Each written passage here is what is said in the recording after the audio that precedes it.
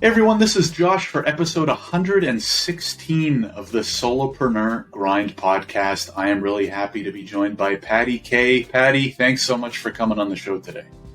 Thank you so much for having me. I'm excited to be here. Likewise. Can you tell us a little bit more, just a quick intro, Patty, about who you are and what you do right now? Sure. Well, I'm a solopreneur. We can start there. And what I do is I help other clients who are usually solopreneurs themselves, but I provide thought leadership marketing services for trusted advisors. And trusted advisors are typically business coaches, business consultants, experts, those kinds of people. Got it. And I'm really interested in this topic in general because now I'm spending a little bit more of my time in the tech world, where I think that is also starting to take over, meaning it's becoming more popular for co-founders or CEOs or whoever in big companies to move in that direction, to kind of become a domain expert, build their brand, et cetera, et cetera. So anyways, very interested.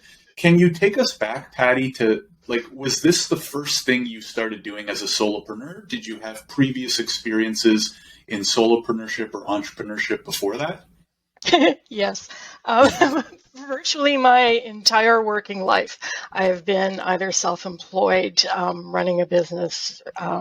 So back, like before it was cool, my very first business was a video rental store. So if you can imagine, back in the 1980s. So that was my first business. From there, I went on to become what we would call, I guess, a freelance software developer now. But I was basically writing computer programs in my basement. I wrote a video store management program. And that's where I kind of got my start of doing this thing solo. So this particular business that I'm in right now, the marketing for trusted advisors, I've been doing for about 10 years now. Oh, wow. I want to first go back to that video rental store. How and why did you start it? Well, it was a job after high school, right? After school, go and be the clerk in the video store. I mean, all my friends were really impressed because they were working fast food and stuff. And I had this nice cushy job where I got all the movies I could watch for free. So it started there. I started as the clerk, and then they opened another location. The ownership transitioned. The guy that was running the business sold it to someone else, and that guy was more ambitious. And he opened another location, and he invited me to run it for him. So I became the manager, and then he sold it to me. So I bought the store that I was currently running, is how that started. Right. And can you take us through kind of the thought process, especially considering that would be, your first business? Was it scary? Was it intimidating? What kind of mental models did you go through to make that decision? Young and stupid.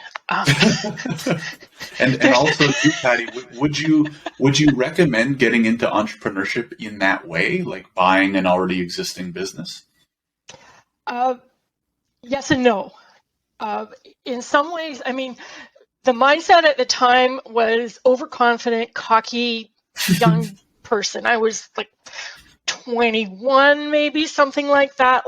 And I felt that because I was managing the store, that I knew how the business ran, and that I could handle it, and that everything was fine. And I was naive, and I was trusting, and that ended up I got screwed royally, is what happened, because of that naivete. So in terms of, is it a good idea to buy a business that's already running? I think for people like me who are creative and want to mess with things, maybe not, because you buy something that's successful because of the way it's been running. And if you want to stay successful, it's kind of, you continue the playbook. Whereas someone like me just wants to go in and shake things up and change it, sometimes for the better and sometimes not so much. Right. So what would maybe be the one or two key lessons from that decision that we could share with others so they could avoid either just buying from a person like that, or getting in a situation like that didn't work out so well? Yeah, I get help, get expert advice, and listen to it. Right. So, Simple is great.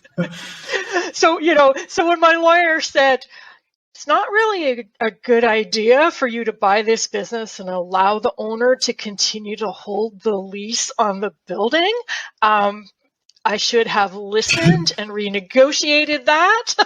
um, but I was trusting, and I just had this idea that, this guy, I'd worked with him for a couple of years. I felt like I could trust him, but he did not have my best interests at heart. And in fact, I was part of a grand scheme to sell the business, get some cash, and then take it back, which is ultimately what he did because he held the lease on the building. So I got myself into some kind of legal issues there. So get a good lawyer and then listen to them. Okay, good advice. So, Patty, how do you go from operating owning, I guess, for a period of time and operating a video rental store to developing software? Did you then decide you were just going to self-teach yourself? Did you know how to code at that point? No. Yes and no. So how did I get into it? I met a guy.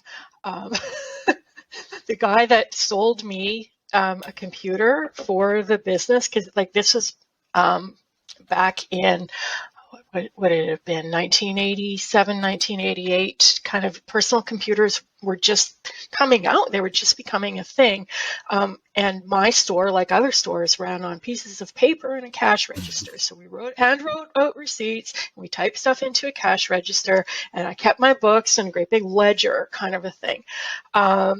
And he came in saying, you have to computerize this business. And we've got this guy that writes some software to run the business. And I'm like, okay, this sounds good. So we set up the computer. He showed me how it worked. I thought, this is really neat. The software was terrible. It was awful. It lost my movies. It was it was sold as this great thing that would automate me and help me run the business. But meanwhile, my inventory is dwindling because it wasn't keeping track of who had the movies properly. So I didn't know where they were, and they had just kind of disappeared. So I liked the idea, and I was really excited about computers and how they work and all of that.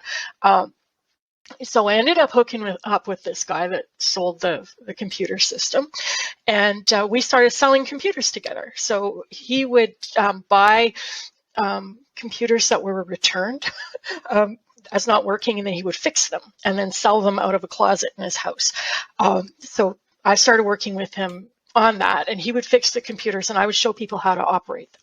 So I learned how to use DOS and how to install programs and how to hook up the computers. And eventually I learned how to build them, and we'd buy them in parts, and we would assemble them in the living room, and then we'd sell them to people.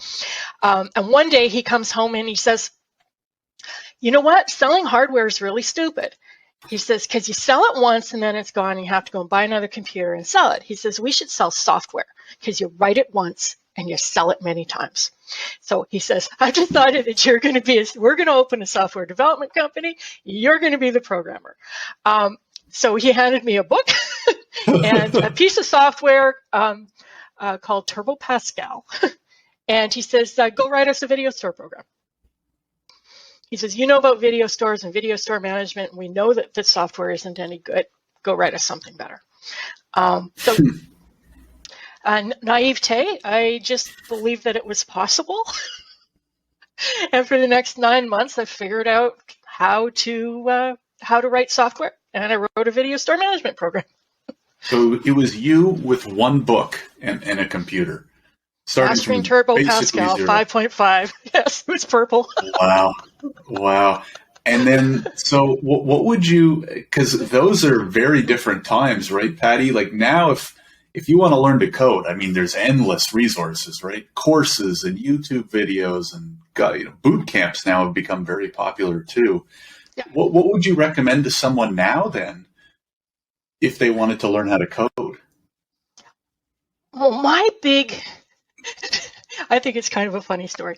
I got the book and I'm going through the book step by step with the tutorial. And if anybody has ever written software before, you know that the very first tutorial is to get the computer to say hello world, basically. So I went through the tutorial, and then I call my boyfriend over and say, hey, look, I got it to do this, right? And he looks at the screen, it says, oh, hello world. And I'm so proud of myself. And he says, I will never forget it. That doesn't look like a video store program. Why don't you build a video store program? And what that did is it had me think about the job of writing code differently. And it was, in fact, one of these perspective shifts that has stayed with me ever since is I was actually, instead of thinking I'm going to learn how to write code and somehow use that new skill in order to do something, I was thinking about, what is the end thing that I want to produce here? How is it going to help the business? How is it going to work? How do I design that? How do I architect that? And then how do I learn what I need to learn in order to do that? Which led me to the very first question. It's like, what is this thing going to look like? And how is it going to function? So I started kind of writing stuff out on pieces of paper. It's like, okay, I want the screen to look like this, and I want the reports to look like this. And this is some of the functionality it's going to need. It's going to need to be able to add some users and add some movies. It's going to have to keep track of where they are accurately, that kind of thing. So I started mapping it out, and then I realized, okay, there's some things here that I need to learn in order to do this. And then I was able to fast forward my learning because I knew how I was going to use what I was learning, if that makes some sense, right? Yeah. And also it made it more fun. It sounds like wireframing, right? You were doing modern day or not so modern day wireframing. So how did it end up going? And then when you launched, what was that product like? Was it successful? Ish. Well, I created a video store rental program, and I was very proud of it, and it worked. So I was happy with the end result. Getting there took about 9 months. And you mentioned something earlier about, resources being available and ways to learn and stuff. One of the things that we did is we used BBS systems, like before the internet. Is I was dialing in to this fellow that was an expert, ran a BBS somewhere in Texas, and he was helping people, and he was creating libraries. So I could get screen libraries for making the screens look good, and I could get database management libraries from him. So he had done the hard work of creating these components, and then I could get the components from him and get some support for that. So that fast forwarded it because I got some help. And then my boyfriend, because being who he was, I ran into a problem that I couldn't overcome. I was getting stuck somewhere in the development process. And he went and got the yellow pages, remember those? And he looked up computer programming. And he phoned the first company in the phone book, and their name was Armchair Airlines. And he picks up the phone and he says, my girlfriend is trying to learn how to program. Can you help her? And he did. The guy came over to the house and he sat down next to me, and he showed me, some of the basics that I had, kind of glossed over or was, implementing incorrectly. And he helped me a lot. And then he became my mentor, and he was a good support person and a key player in making that thing actually happen the way it did. Cool. So yeah. What happened post-launch, and then where did that business go? Post-launch, my boyfriend and I had a deal. And that deal was that I would write software and that he would sell software. And he did not do a very good job of holding up his end of it. And in fact, the very first store that he sold the software to, he had he was good at making the introductions, and like, he'd see a video store and he'd stop the car and he'd run in to go and talk to the owner. Like, he was very good at opening the relationship that way. But he didn't really understand the video store business, and he didn't really understand what the software did. So he kind of got stuck in that sales process. And he had this nice couple that had this video store that were really interested in the software. And he says, Patty, I'm trying to explain how it works, and I don't understand it, and I'm confusing them. You have to come in and you have to explain what Turbo Pascal is and how the database modules work and all of this. He says, because you understand that and I don't. So we go in. First of all, I'm like, I don't want to do that because I don't want to talk to people. I want to stay in the basement with the computer. That's my job. I don't want to talk to people. So he ropes me into this thing. And I remember we walked into the store, and he's got a monitor under one arm and a computer under the other, because this is how you do a demo back in the day. And I'm behind him, like physically behind him, carrying the keyboard, trying to be hidden because I was scared of this sales thing we were about to do and meeting these scary people. So he puts the computer on the counter of the video store, and I watch, and he starts hooking it up, and he says, okay, so start telling them about how Turbo Pascal works. And I watched them literally take a step back. Like, they were afraid of this computer that he was setting up, and it was just, the whole thing was terrifying. And I realized in that moment, they did not want any of the technical information whatsoever. And I'm like, it's really cool. It'll help you rent your movies out. It's like, this is what it does, right? And then once he got it hooked up, I kind of walked them through. It's like, here's what you have to, we had a little barcode scanner, and we had scanners on the movies. And I said, see, this is how it works. Like, you type in the customer's membership number and their name comes up on the screen, and you scan in the movies that they want to rent, and it comes up and it tells you how much they are and when they're due back. And it, lets you complete the transaction. And they said, well, what if the people forget their membership card? And I'm like, well, you can find them by searching for their name, or you can put in their phone number.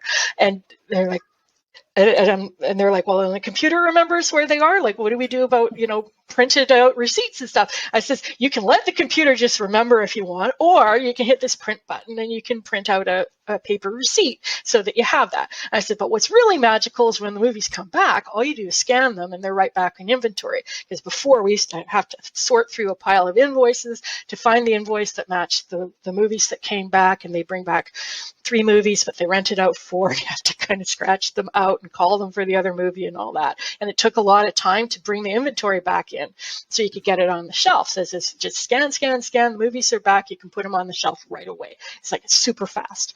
And they're like, late charges. I'm like, oh, the computer remembers that they didn't return it on time, and it remembers the late charges. That's what sold them. But it was all about talking about how this piece of functionality was going to help them in their business. Like, how it worked, they didn't care, other than how it worked from their perspective of what they needed to do to make it work and whether they could trust it or not, kind of thing. So there was a lot of sales lessons that happened in that particular event that I didn't even recognize until years later. Like, at the time, I was just kind of pissed off at the boyfriend for not holding up his end of the bargain. And I was like, seriously, you couldn't have done that?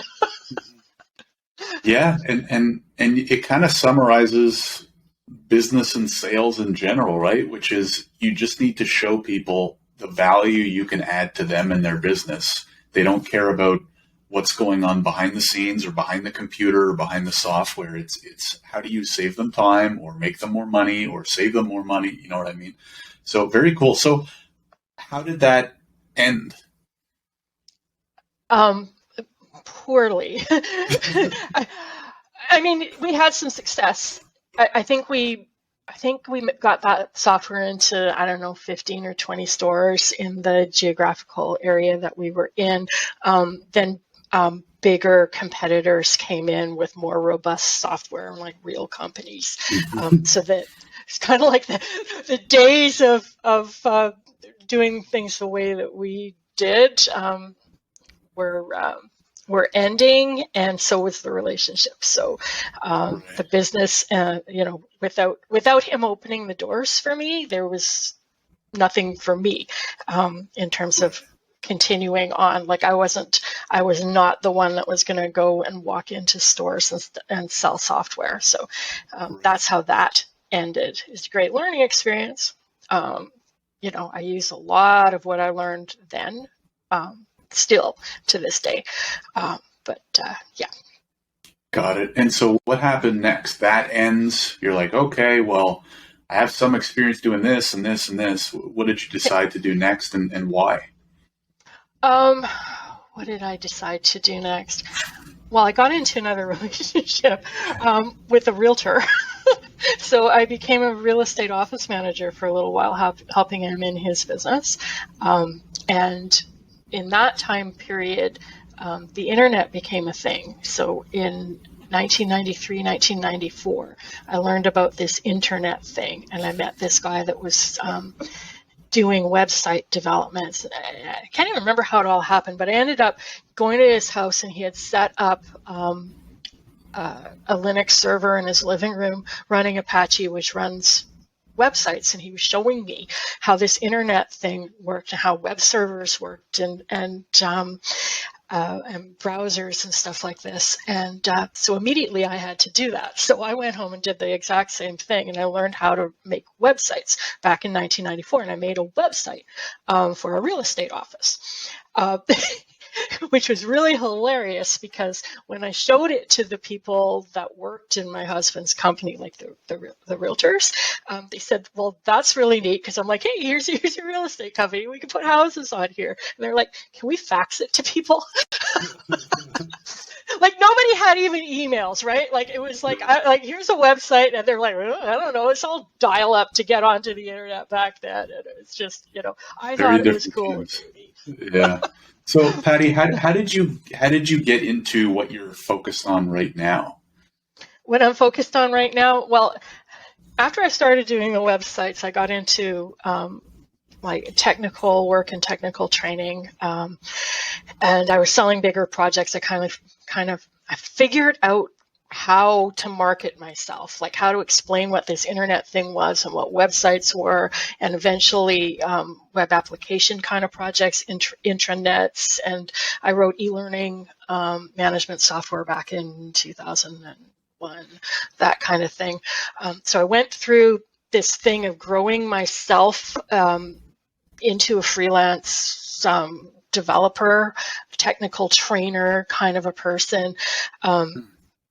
And then on the very last project that I sold, right, like I'm in this boardroom and there's a handful of people, and I'm giving a presentation about what this new internet software that I'm proposing I could build for them would do, and I'm drawing it out on a flip chart for them and talking about the problems that they have and how this would solve it, and all of that. And at the end of our meeting, they're like, yeah, we're in, this sounds great, let's do it.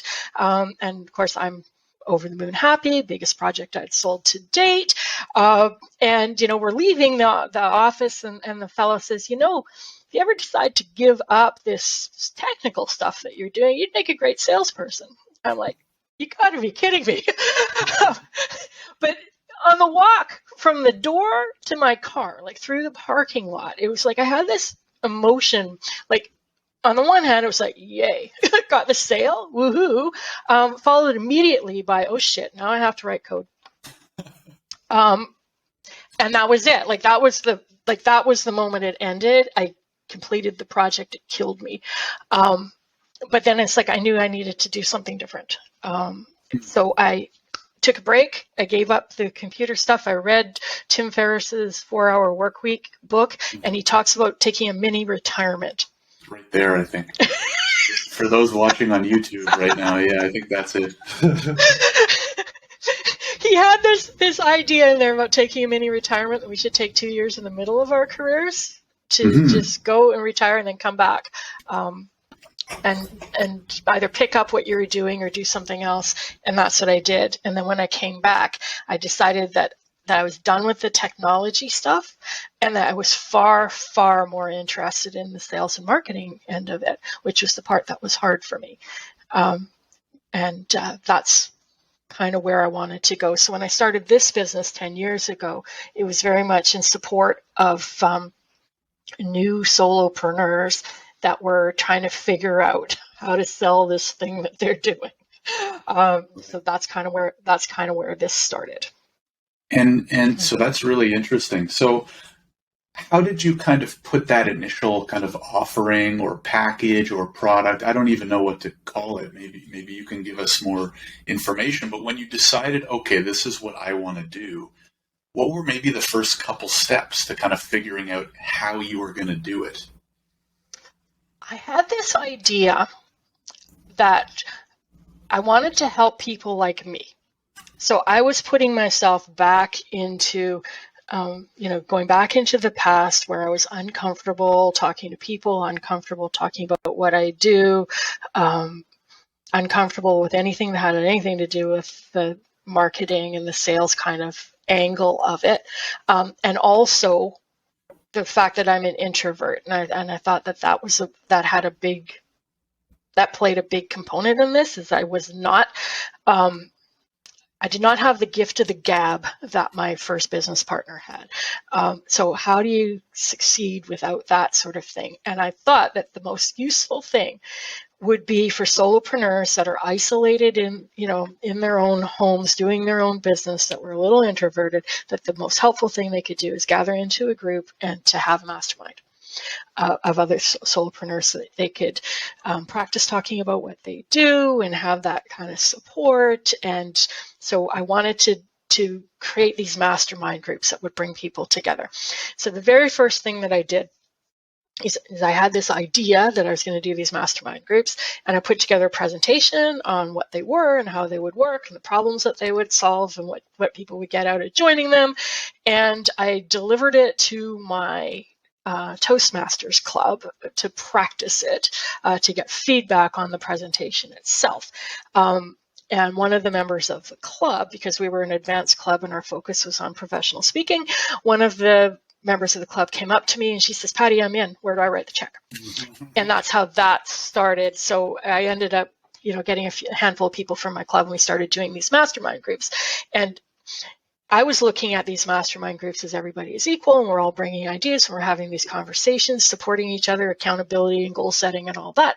And it turned out that what they wanted from me was, what do I say? How do I market my business? What do I do?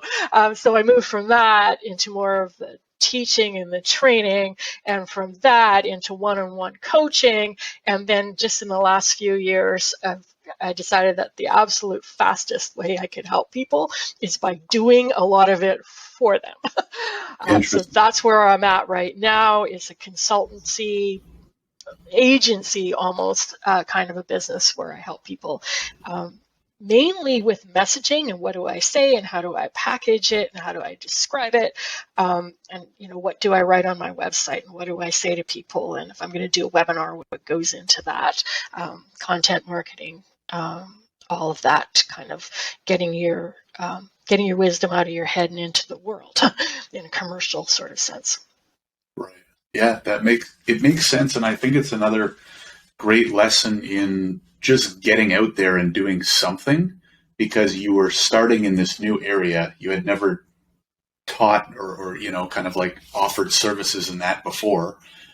You don't know what the perfect way to do it is. You started something, mastermind. Through that, you learned, where to actually pivot to, whether you want to call it a pivot or whatever.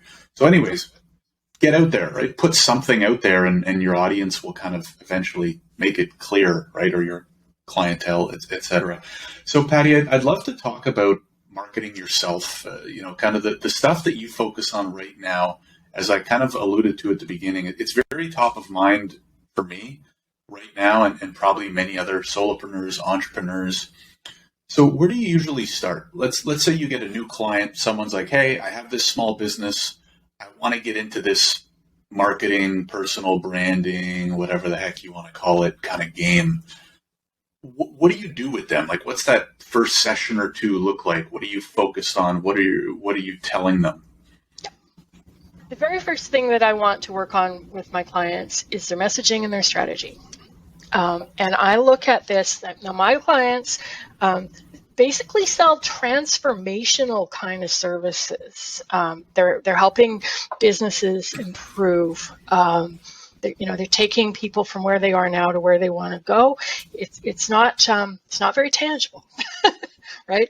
So I use So like more, a more service-based providers it's kind of thing? service based, but it's also like I look at it as kind of like a hierarchy of things, right? Like if you sell a product like a car, you can see it, you can feel it, you can touch it, and you can test drive it, and it's very tangible.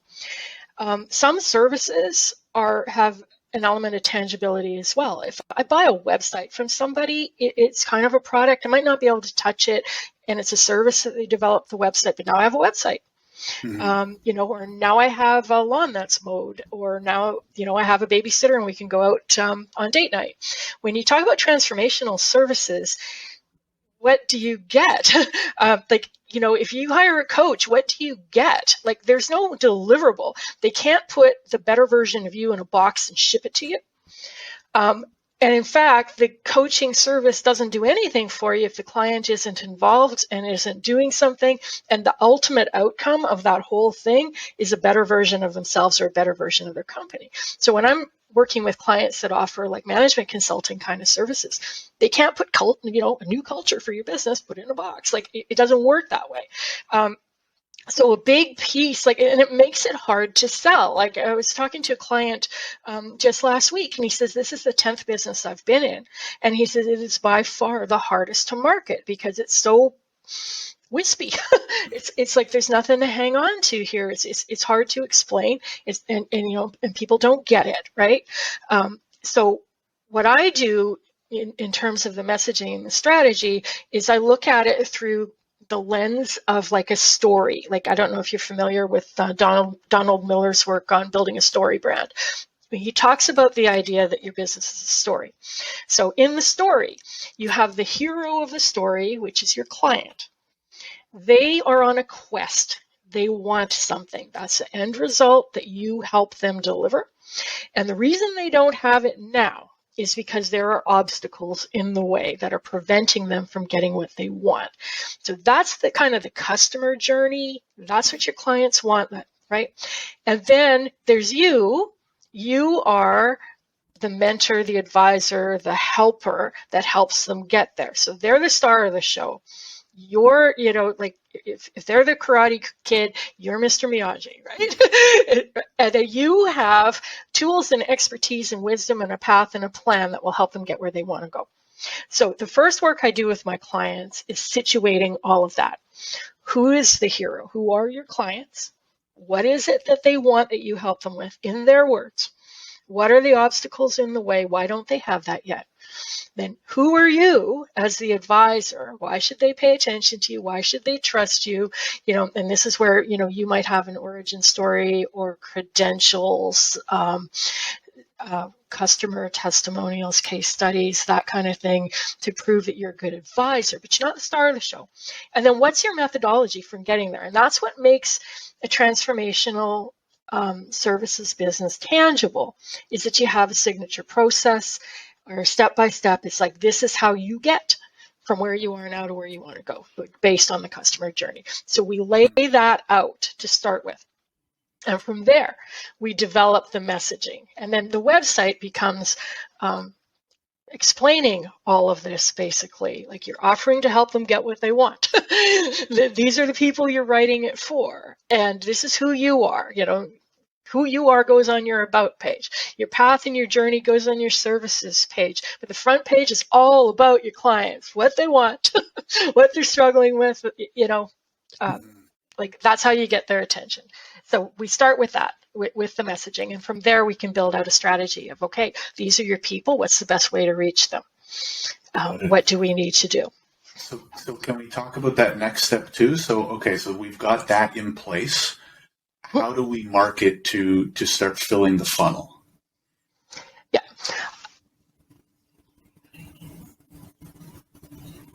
When we talk about a funnel, typically when we're talking about a funnel, like, there's kind of stages of the customer journey. in the very first stage at the top of the funnel is like basic awareness. If people have no idea who you are, they need to hear about you before they do business with you.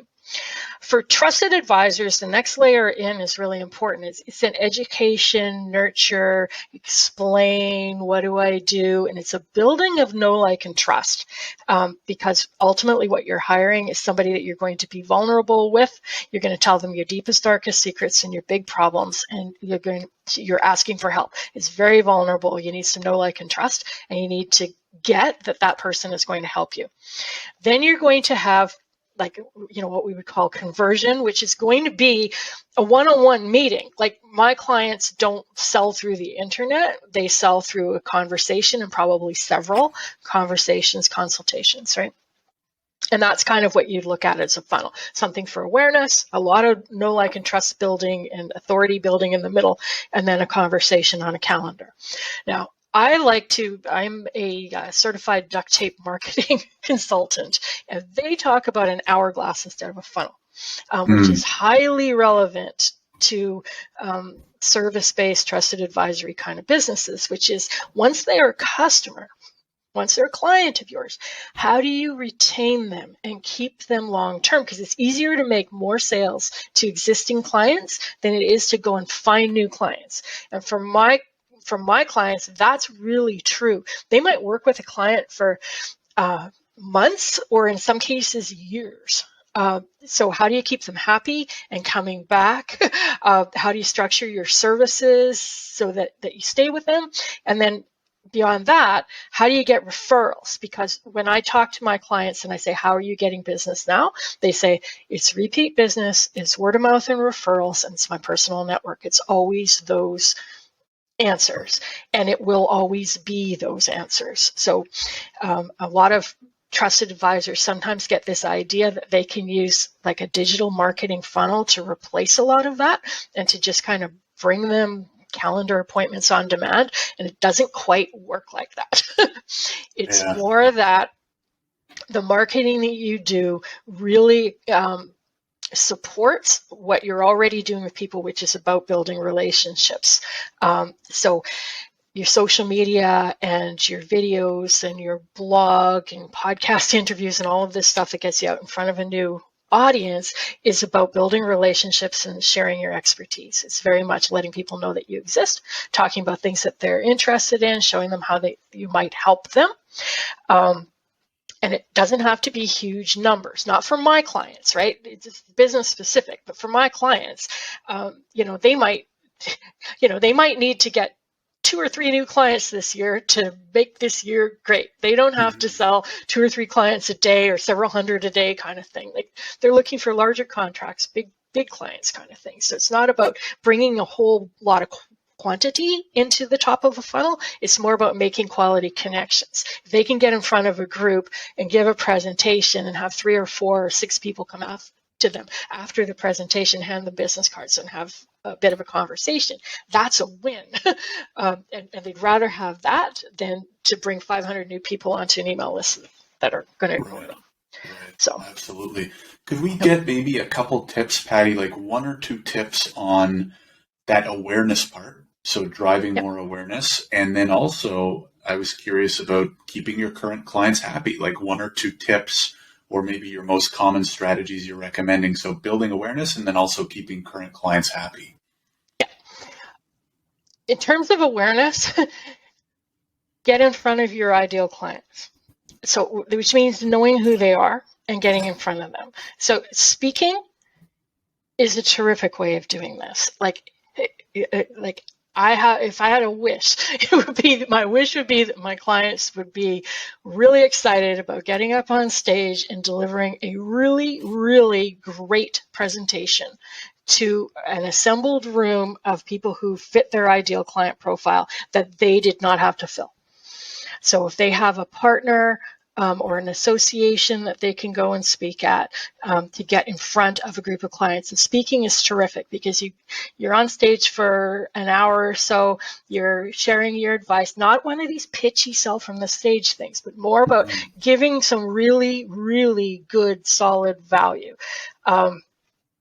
to the people who match your ideal client profile. People get way too caught up in awareness, in gaming the vanity metrics. They want lots of likes and they want lots of, I had a client tell me that, oh, if I had 100,000 people on my newsletter, I wouldn't have a problem with my business. I'm like, dude, you need a handful of clients. You don't need 100,000 people on your list. Right? So it's getting really focused on how do I talk to the people who are going to buy from me. Like if you look at all of your marketing being for your next client, not for the random general public, not to impress your competitors. It's like, how do I put some messaging out there that speaks directly to my next client in terms of the awareness thing, and to focus on what they want and what their perceived problems are in their words. Mm-hmm. Yeah, makes complete sense. And so what about that retention side, or keeping current clients happy? Yeah, a few things here. Partially, it's that structure of the programs. So when we talk about like having a client journey, right? Like if you have a mapped out program of these are the 9 building blocks that you need to get your business from where you are now to where you want to go. And let's assess how you're doing in each of those 9 areas right now. So we get a baseline of where you need the help, where you're doing well, how that's going to work. And then you work together and then review that on a regular basis. It's like, okay, how are you doing now? So they're not complete yet, yet they've made some progress, right? So that there's an assessment happening that makes it visible, that makes the progress visible. Because sometimes what happens with these transformational kinds of programs is it can take a long time or a significant amount of time from when you get started to when you see results. Like if you think about personal training or something like that, it's a great example, right? It's like you're not going to see results in the first little while. All you're going to see is the pain of going to the gym, and this isn't fun. And this is what the business people have as well. It's like we got problems, we have to solve them, we have to do hard things, and the results are down the line. So have a way of assessing progress to keep people engaged, and show that they're making that progress. And even when you're bringing them in, to show them that there's a timeline here, and to present the idea of, might take us 3 years. Here's what the trajectory for 3 years looks like, but we're going to focus on this one little thing here first, and then we can go on from there. So it's just kind of approaching this as a longer term engagement, not offering a quick fix. I mean, there might be some quick fixes in that beginning piece, but not focusing on just that, but on the longer engagement and the longer goals. And in a lot of ways, it's bringing more consulting into this, not thinking about it as sales and marketing so much as consulting. It's like, here's how we're going to help you go from here to there. And then, that checking in, making sure that they have progress and that they're happy, that you're in contact with them, that kind of stuff. Awesome. Generally, my clients are pretty good at that part, right? They're pretty good at delivering great service. Like if you're not good at what you do and your clients aren't happy, it can be really, really hard to build a successful business. For sure. Patty, are there 1 or 2 common mistakes or areas where you start with a client and they're going wrong, or their marketing's 1 or 2 ways people get marketing wrong a lot? Yeah. They get caught up in the tactics and the technology. And they forget that marketing is communication, and they gloss over the messaging, or they don't believe it's important, or the messaging is everything. Marketing is communication, and if you don't have the message component of that right, it doesn't matter how fancy the technology is. Like, it's not about, like, if you look at something like a nurture, kind of an email list, a newsletter, autoresponders, kind of that digital funnel that we look at, that doesn't work because it's got 6 emails in a sequence and it's running on active campaign. That is just the methodology to convey the words. So it's not enough to just go check, I got 6 emails. And it is shocking to me that people will do that. They'll hire a freelancer to write them 6 emails, and they'll put it into the system, and then they're like, oh, it's not working. So it's the messaging. It's the same with if you're going to run advertising or something like that. It's like, what are those ads saying? Who are they reaching? So it's not looking at the messaging and the strategy parts, and those are hard. They're not fun. Like it, and it requires a little bit of expertise, and we can't read the label on our own jar, right? It's really hard for us to do this for ourselves. We live and breathe our expertise, and when we're trying to write this kind of stuff for ourselves, we can use a lot of jargon and terminology and make a lot of assumptions about what our clients know that they don't know. So the advice I give my clients all the time around messaging is, what do your clients ask for? Like when you're in that initial discovery meeting and you're asking them about what hurts, write down their answers, because that's your marketing messaging. Because they're going to tell you in their own words why they were looking for the help, and then you repeat that back to them. Yeah, no, this is great advice, Patty. My last question is always kind of a version of, if there's someone out there right now, maybe they're working a 9 to 5, they're looking to go out on their own, or maybe they have started out on their own, but they're struggling with some of the things that we've talked about. What are 1 or 2 pieces of advice that you give to them? If I could give my younger self this advice, you got to get the sales. You got to learn how to sell. You got to learn how to sell. I mean, you can't have a business if you can't sell, and that can sound like really harsh, because when I think about who I was back in the day,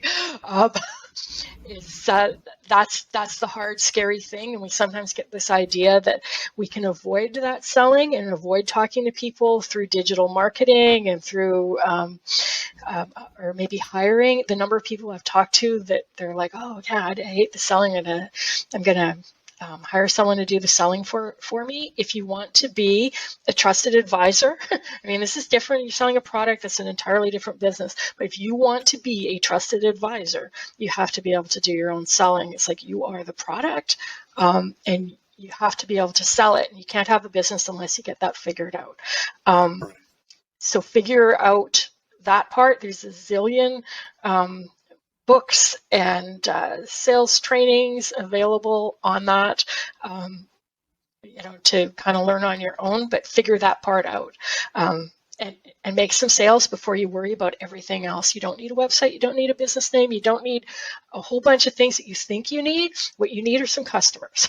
When you get some customers, you can start to build a business around it. Absolutely. I couldn't agree more. Patty, thanks so much for coming on the show. This has been great to hear your story and hear the advice. If people want to get in touch or learn more about you, where do you recommend that they go?